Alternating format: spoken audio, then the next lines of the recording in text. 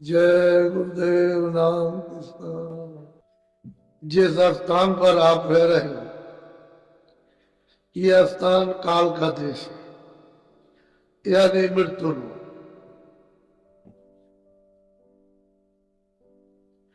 यह आपका घर नहीं, आपका देश नहीं, आप यहाँ रह नहीं सकते। तो आप अपने घर में चलने की तैयारी करो, क्योंकि दूसरे के सामान को छोड़ो और अपना सामान पकड़ो। तुम कहोगे मैं ये भी सामान ले जाऊंगा, तो ये सामान वहां जाएगा। ये जो भी सामान है सब कूड़ा कचरा है, इसमें कुछ नहीं किया, सामान वहां है नहीं। तो दूसरे के सामान को फेंक दो और अपना सामान पकड़ लो, तब तो चल दोगे। और अपना सामान छोड़ दिया दूसरे के पकड़े हुए, तो हमारी दशा क्या होगी कि जब तोता पकड़ते हैं तो गिर्री होती है, गिर्री ऐसे उसको लगा देते, तो धीरे से उसको ले जाते हैं डाल के पास में, उसको पहुंचा दिया जहां तोता बैठता है। बस धीरे से उसने एक पैर उठाया और इस गिर्री को पकड़ लिया, बस वो झूल गया, एकदम लटक गया और गिर्री घूम गई। तो उसको क्या भ्रम होता है कि हमको पकड़ लिया। जो गिर्री घूम गई उसने नहीं पकड़ा, वो ऐसे पकड़े हुए अपने पंजे से और छोड़ रही, तो उसको भ्रम हो गया कि हमको पकड़ लिया। तो धीरे से उतार के ले आएगा तुझे। जब बंदर को पकड़ते हो तो एक हांडी छोटे मुंह की, उसमें चने डाल दिए और जमीन में गाड़ दी, एक रस्सी उधर बांध दी, एक इधर बांध दी, और उधर से बंदर आया, उसमें हाथ डाला, तो हाथ तो छोटा पतला, जब उसने डाल दिया तो चने पकड़ लिए, और बंदर को चने से बहुत मोह, ऐसे पकड़ लिया तो मुट्ठी फट गई। अब वो क्या समझता है कि हमको इसने पकड़ लिया, इस हांडी ने हमको पकड़ लिया, तो चीची करता। ठीक यही दशा अपने लोगों की, कि हमने अनजान में ये समझ लिया कि हमको इन्होंने पकड़ लिया। इन्होंने कुछ नहीं पकड़ा, आपने इनको पकड़ा, क्योंकि ये तो चीजें आपकी है। परदेश है, परदेश की चीज, अपना देश होता, अपनी चीजें होती तब तो ठीक था, लेकिन पराये देश में आकर के पराई चीजों को पकड़ और मतलब ये उसको झूल रहे और छोड़ नहीं रहे। तो महात्मा कहते हैं भाई ये तो परदेश है, अपना देश अपने देश में, चलो अपने घर में। उसमें चलने के लिए तुम दरवाजे पर बैठे हुए हो, उसके साथ सामान को पटको और अपना साथ सामान पकड़ो, तो चल पड़ो घर की तरफ। अब तुम ये छोड़ोगे नहीं तो उसका छेद तो बहुत छोटा, सुई होती है उसके 1000 यानी छेद किए जाओ, उससे भी छोटा, तो उसमें ये कैसे सूख जा सकता? ये संसार सूख है, ये उसमें नहीं जाएगा। अगर बारीक हो जाओ तो चले जाओ, तो सामान फेंक दो तो बारीक हो जाओ, उसके छेद में चले जाओ निकल। तो जीवात्मा दोनों आंखों के मध्य भाग में बैठी है, ये मध्य भाग है, ये सेंटर है, ये दरमियान है, इसमें जीवात्मा बैठी, शरीर में नहीं है। ये नाक है, ये मुंह है, गला है, ये सीना, ये नाभि है, इंद्रिय तो इधर कुछ नहीं, यहां से नीचे कुछ नहीं हो। तो आकाश तो यहीं तक है। ये जब दो आंखों से देखते हो, जब आंख खोलते हो तो समझते हो ऊपर आकाश, आंख बंद कर लो तो ये आकाश यही है बस। ये दोनों आंखें हैं, ये दोनों नीचे है, ये दोनों नीचे, दोनों नाक नीचे है, इस आकाश के ऊपर में बैठे हुए वो जीवात्मा ऊपर है। उस जीवात्मा में एक आंख है और शरीर में 2 आंखें। उस जीवात्मा में एक नाक है और शरीर में 2 नाक। उस जीवात्मा में एक कान है और शरीर में 2 कान।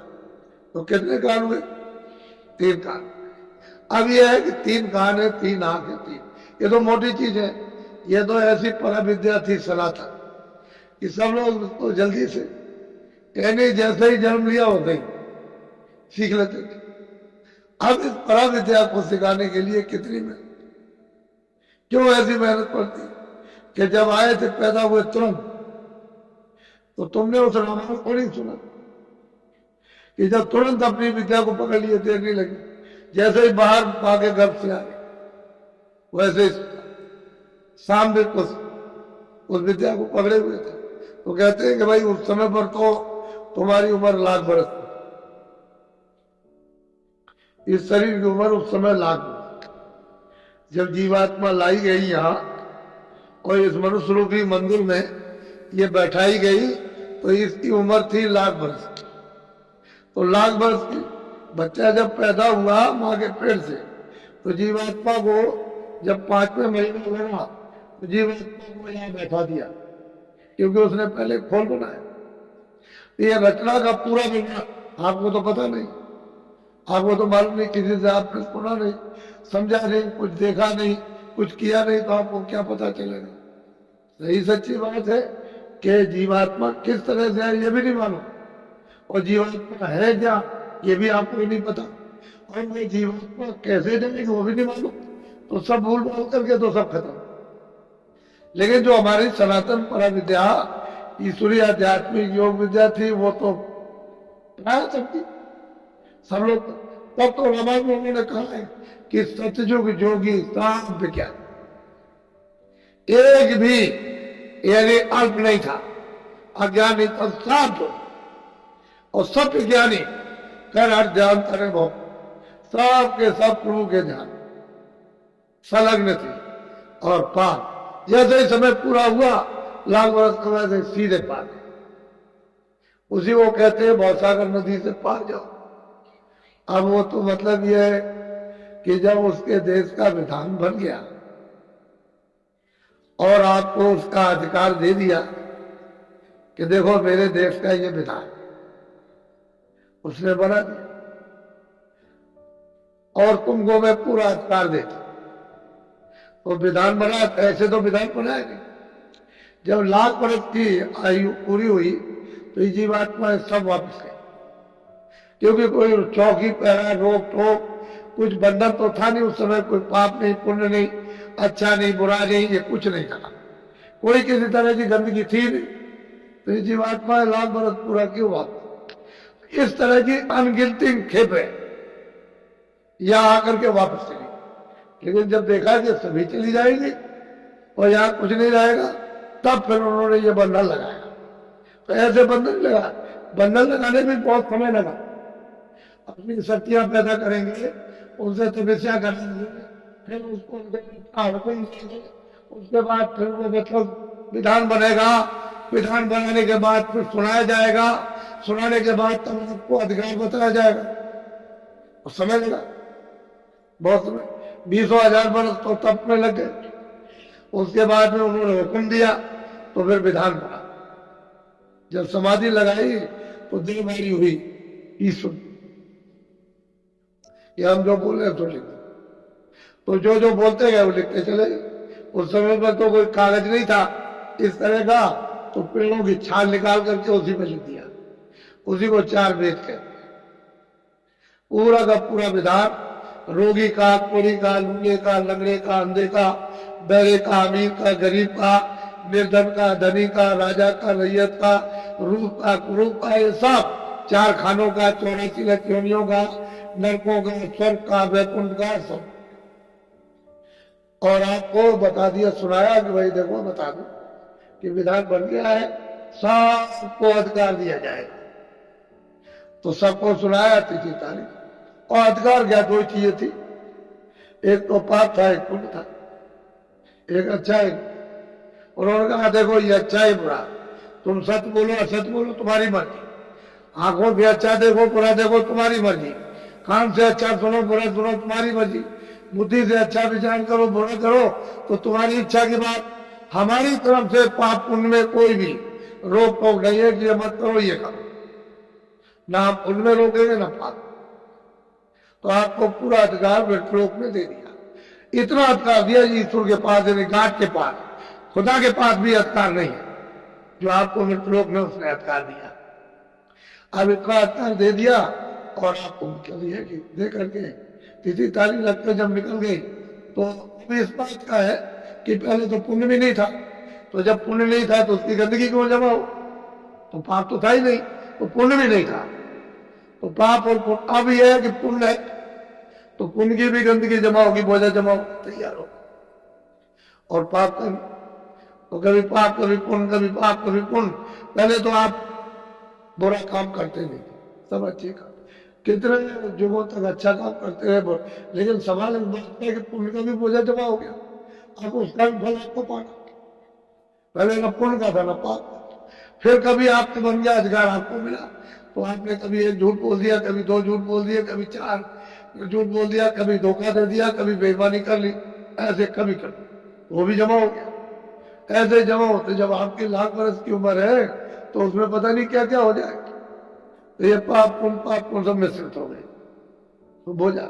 लेकिन जब तुम्हारे ऊपर कोई बोझा नहीं था, पाप पुण्य का कोई विधान नहीं था, पूरी स्वतंत्रता थी, स्वाधीनता थी कि जब चाहो उसके पास जाओ, जब चाहो लौट आओ, दिन में 100 बार जाओ, 100 बार लौट आइए। लेकिन जब ये अधिकार दे दिया तो रोक टोक क्यों हुई कि ये पाप, ये अच्छा, ये बुरा, अच्छा नहीं, भाई यही से बंधन पड़े। तो बंधन पढ़ते पढ़ते पढ़ते पहले तो आंख खुली थी, कान खुले थे, देववाणी सुनते थे, सब लोग सुनते थे, आंख खुली थी, यानी तीसरी आंख, तीसरा नेत्र सबका खुला था। कोई ऐसा नहीं था जितना बच्चे बच्चे का खुला था, सब आते जाते थे। यहाँ से स्वर्ग भी देखो, वैकुंठ भी देखो, इसको ईश्वर को भी देखो, पार ब्रह्म भी देखो, और मतलब यह है कि ऊपर चले जाओ, और मतलब यह है कि आप बंधन पड़ गए। तो जब बंधन पड़ा तो फिर आप बंधन। अब यह है कि उसने ये कहा कि देखो भाई, अच्छा बुरा जो भी करोगे, हमने उसके लिए योनि बनाई, 4 खाने सेंटर जेल खाने बना दिए, 4 खानों के, अंडज पिंडज उपमज अस्तावक, ये 4 बड़े जेल खाने, और छोटे छोटे जेल खाने 34 लक्ष्य, ये मैंने जेल खाने बनाए। तो मैं इस पर से इसमें बंद करूं, अगर तुम ये काम खराब करोगे ये तो हम बंद करेंगे इसको। इसलिए महात्मा घूमते रहेंगे, बताएंगे सब जगह कि देखो ये अच्छा है, ये बुरा है, इस बुरे काम को मत करना, अच्छे काम को करना, ये अच्छा है बुरा। तो आप लोग सचेत और होशियार रहते थे कि मैं बुरा काम नहीं करना, सब अच्छा करना।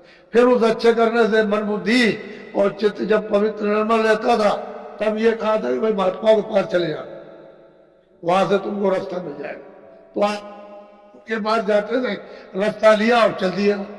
लेकिन अब तो रास्ता बंद हो गया, क्योंकि उनके पास जाओगे। फिर आप मन बुद्धि चित्त को इसको पवित्र न करके गंदगी लाद लो। तो जब गंदगी आपने लादी अपने ऊपर में, तो मेरी तरफ ये देखो, ये जीवात्मा बैठी हुई, तो इसका हृदय इधर तो है नहीं कि भाई इतना सा हृदय हो।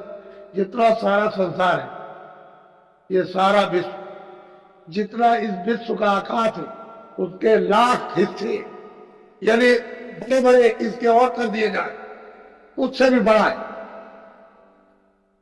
इतना बड़ा इसका ये हृदय, ये इसको दिल कहते हैं, हार्ट कहते हैं। ये जीवात्मा का, सूरज का, रूह का, सोल का हार्ट। ये तो इसमें कूड़ा कचरा आपने जमा कर लिया। अब कूड़ा कचरा ऐसी जगह जमा किया कि न तो इधर आगे जाएगी, न पानी जाएगा, न तलवार जाएगी, न कोई तीर जाएगा, न कोई जहर जाएगा, ऐसी जगह उसने जमा कर रखा। और आप ये सोच रहे हो कि शायद हो सकता है, शायद हमारा पाप धुल गया, ऐसे धुलने वाले जिसने ये सब विधान बनाया वो ऐसा होशियार, ऐसा उसको ऐसे ही होशियार, वो छोटा मोटा कारीगर नहीं है, वो बहुत बड़ा। तो जीवा उसने भी बड़ी तपस्या की, बहुत तपस्या की। तपस्या करते करते तब सत्पुरुष प्रसन्न हुए, तभी तो मतलब प्रसन्न होकर के ये जीवों का भंडार मांगे कि हमको दे दीजिए, हम रचना रचेंगे, रचना रचेंगे। तो सत्पुरुष प्रसन्न होकर के और मतलब एक इनको ये सब जीवों को दे, एक छोटा सा भंडार इनके हवाले कर दिया, सुपुर्द कर दिया। अब ये यहाँ ले आए और ले आकर के इन्होंने, पहले तो कुछ नहीं था, जब आप जाने लगे, वापस लौटने लगे और बहुत की जीवात्मा वापस लौट गए, उसके बाद उन्होंने देखा तो हमारा तो मतलब इतने जुगों और इतने कल्पों तक हमने तब किया, तो उसके बाद में ये हमको मिला और ये सब चले जाएंगे तो हमारे पास क्या नहीं। तब उन्होंने ये विधान बनाया और विधान बना करके आपको अधिकार पूरा दे दिया। वो आप जा सकते हो, लेकिन ईश्वर उनके पास नहीं जा सकते, उस प्रभु के पास ईश्वर नहीं पहुंच सकते और आप जा सकते। तो मृतलोक में इतना अधिकार आपको कि आप ऊपर जा सकते हो, आ सकते हो, इनको भी प्राप्त करो, ब्रह्म को भी प्राप्त करो, पार ब्रह्म को भी, और उस सच्चे मतलब यह है कि जो प्रभु उसको भी आप प्राप्त करो, लेकिन ये नहीं जा सकते। तो असल में आप फंस गए, उलझ गए, और एक ही रास्ता आने का था, क्योंकि नाम से ही आए थे। जैसे ये बिजली आ रही है, पावर हाउस में लगा हुआ प्लग, जब तक ये प्लग रहा रहेगा और बिजली वहां से बनती रहेगी, आती रहेगी, प्लग हटा दीजिए बिजली को। ऐसे ही शब्द है, नाम है, आवाज है, देववाणी है, उसी से उतर करके आई और दोनों आंखों के बीचों बीच में बैठा दी है। तो ये डोरी पकड़े हुए थे, तभी तो आती नहीं जाती थी, फौरन चढ़ गई, फौरन उतर आई, फौरन चढ़ गई, फौरन उतर आई, यानी इतनी देर नहीं लगती थी, इतनी भी देर, ऐसे चढ़ गई, ऐसे उतर आई, चढ़ गई, उतर आई, सब देखती गई, सब देखती आई, सुनती गई, सुनती आई। लेकिन अब तो मतलब यह है कि आपने जब गंदगी को जमा किया, इस मतलब यह है कि आकाश में, इस हृदय में, तो ये कूड़ा कचरा जब जमा हो गया तो सब आकाश मैला हो गया, गंदा हो गया। तो जब गंदा हो गया तो आपकी आंख, आपके काम, दिमाग, दिव्य कान, दिव्य नाक बंद, तो डोरी छूट गई और नाम की शब्द की, आवाज की, देववाणी की डोरी छूट गई। अब ये जीवात्मा अंधेरे में, बस यही है। अब जब से आप गए अंधेरे में, अभी तक आप उजाले में खड़े नहीं हुए और वापस लौट के घर में नहीं गए। अब परदेश में रहते हो, जन्म है, मरण है, जन्म, मरण है, जन्म है, यही हो। और क्या, मैं तुम्हारी उम्र मान लो 80 साल की है, 60 साल की है, तो दूसरे की उम्र में 2 साल की, किसी की 5 साल की, किसी 10 साल की, किसी की 15, जन्मो मरो, जन्मो मरो। तो ये स्थान जो है मृत्यु, ये आपका किसी का कोई स्थान और किसी की कोई चीज नहीं। अब आपको काम के लिए दिया, उसको कहते हैं मेरा, उससे काम ले लो। भाई कोई आदमी आता है तो उससे काम ले लीजिए, आपका तो नहीं। सेवा का सब काम ले लो, उससे पानी भी पी लो, उससे खाना भी बनवा लो, उससे भी करो, वो भी कर लीजिए उसके, लेकिन आपका तो नहीं है। तो आपने काम ले लिया, तो चतुर वही है जो इन सब चीजों से काम ले लेते हैं और काम लेके समझते हैं हमारा तो ये तो दूसरे का दिया और दूसरे का सामान है और ये भी सामान दूसरे का। तो आप जब महात्माओं के पास पहुंचोगे तब तो ये जुक्ति आपको काम लेने की आएगी, और जब तक महात्माओं के पास नहीं पहुंचोगे समझो कैसे, समझोगे अज्ञान में कि सब मेरा, इसी में रहोगे, चिल्लाओगे। तो मोह सकल व्याधियों का मूल है, समुद्र है, समुद्र, सागर कहते हैं, उसमें डूब गए। अब कैसे छोड़ दे जब उसमें डूब गए, निकालेगा कौन मोह से? संपूर्ण व्याधि मोह से, उसमें डूब गए, खजाने, उस व्याधियों के खजाने में डूब गए। अब बिना महापुरुषों के नहीं था, तो जगा हुआ महापुरुष चलिए। कोई दाढ़ी बाल हमारी तरफ से अगर कोई रखा जाओ, कहते कि भाई तुम साधु हो गए, इसका नाम साधु नहीं है। साधु नाम तो होता है जिसकी जीवात्मा जाए और उस प्रभु का साक्षात करे, उसको साधु माफ। अब वैसे साधना के लिए कोई भेद बनाओ, सफेद कपड़े पहनो, गेरू कपड़े पहनो, लाल पहनो, तुम काले पहनो, तुम कुछ पहनो, तो इससे कुछ मतलब नहीं। वो बगैर दाढ़ी वाला भी प्राप्त करेगा, दाढ़ी वाला भी प्राप्त करेगा, कपड़े वाला भी, रंगा भी प्राप्त करेगा। लेकिन यह है कि वो इन सब चीजों में पता नहीं, तो तुम बन जाते हो कि हमारे गेरू कपड़े, हमारे सफेद कपड़े, हमारे काले कपड़े, हमारा ये, हमारा उनको, तो इसमें समझते हो कि हम साधु हो गए। ये साधु नहीं, जिसकी जीवात्मा जाग जाए उसको कहते हैं साधु। इसको असल में चीज है कि आए थे अपने घर से, मगर रास्ता छूट गया, हम नहीं ले। अब चारों तरफ भटकते हो कि भाई तू बता दे, तू दे दे रास्ता, तू कह दे, इधर जा रहे, चले जा रहे, तब तक तुम्हारा समय पूरा हो गया। क्यों? कि मनुष्य जीवन का कर्म जो पुण्य होता है मनुष्य शरीर पाने के लिए, वो तो एक एक कण इकट्ठा होता है, वो उसमें से क्या तुम करते हो उसमें से एक इकट्ठा हो गया। बाकी चार खानों के अलग अलग अलग अलग यानी कर्म पुण्य, पशु का, पंछी का, कीड़ों का, यानी इनका अलग अलग जो कर्म है और उसका जो अलग अलग पाप पुण्य वो अलग अलग जमा होते, उसको उसी योनि में मिलेगा। आपका होगा, आपको इस योनि में मिलेगा। तो मनुष्य शरीर के कर्म अलग है प्राप्त करने के, और पशु इत्यादि पंछी उनके अलग कर्म है, उसका भोग अलग है, इसका भोग अलग है। तो आप मनुष्य शरीर का तो कोई काम करते हैं कि हमको घर मिल जाए। अब आपको तो पता है नहीं, आप तो समझ लेते हो मैंने कर लिया होगा, तो तुम्हारे समझने से क्या होगा, अंधेरे में क्या समझोगे, जब तक उजाला नहीं होगा तब तक कुछ नहीं समझ सकते हो। तो ये मनुष्य शरीर फिर मिलेगा, फिर आपके हाथ आएगा, क्योंकि आपने कर्म तो कोई किया नहीं। तो कितनी लंबी चौड़ी है, 84 चार खाने और 84 लक्ष्य नस्लें, यानी मतलब कितना लंबा चौड़ा ये जंगल है। कब पार करके आओगे, तब जाकर के कभी ये कब 1 बरस के लिए, 2 बरस के लिए, 10 बरस के लिए या 20 बरस के लिए तुमको समय मिला, फिर चल दिए, फिर लौट गए। मनुष्य जीवन नहीं मिला, आपके बाद आपको मिल गया।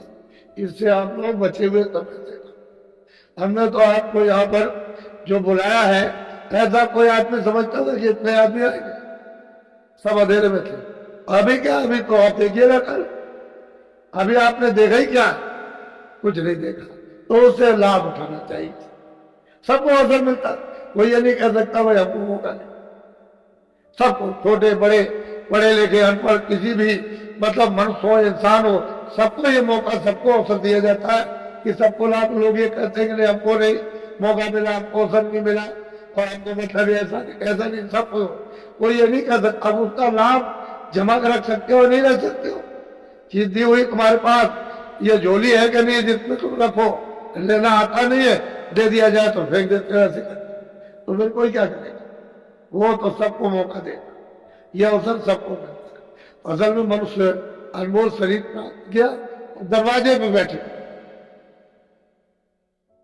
बिल्कुल सामने स्वर्ग है, सामने ही बिल्कुल बैकुंठ है, और दरवाजे बैठे हो, और मतलब इधर अंधेरे में बैठे।